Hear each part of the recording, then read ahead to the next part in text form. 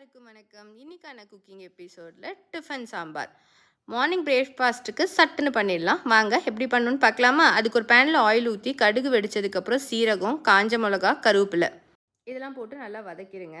அப்புறம் சின்ன வெங்காயத்தை குட்டி குட்டியாக கட் பண்ணி அதையும் ஆட் பண்ணிவிட்டு வெங்காயம் வதங்கினதுக்கப்புறம் பூண்டு ஆட் பண்ணிடுங்க. நான் இன்றைக்கி தக்காளியை குட்டி குட்டியாக சாப் பண்ணி வச்சுருக்கேன். அதையும் ஆட் பண்ணிவிட்டு உப்பு, மஞ்சத்தூள், தனி மிளகாத்தூளும் மல்லித்தூள் போட்டு ஸ்லோவில் வச்சுட்டு நல்லா வதக்கி எடுத்துருங்க. காய்கறிலாம் பெருசாக போட வேண்டாம். முருங்கைக்காய் மட்டும் நான் ஆட் பண்ணியிருக்கேன். உங்கள் ஆப்ஷனுக்கு ஏதாச்சும் ஒரு காய் மட்டும் ஆட் பண்ணிவிட்டு க்ளோஸ் பண்ணி நல்லா வேக வச்சுருங்க. நான் பருப்பை ஃபஸ்ட்டே குக் பண்ணி எடுத்துட்டேன். பருப்பை கழுவி தண்ணி ஊற்றி உப்பு, மஞ்சத்தூள், சீரகம், பெருங்காயம் போட்டு ஒரு 6 விசில் வச்சு எடுத்துட்டேன். நம்ம இந்த கிரேவியும் இதில் ஆட் பண்ணி நல்லா மிக்ஸ் பண்ணிடலாம். ஒரு எலுமிச்சை சைஸ் அளவுக்கு புளியை ஊற வச்சு வச்சுருந்தேன். அதையும் இதில் ஆட் பண்ணிவிட்டு ஒரு விசில் வச்சு எடுத்துட்டோன்னா நம்ம சாம்பார் ரெடி. ட்ரை பண்ணி பாருங்கள். தேங்க்யூ. பாய்.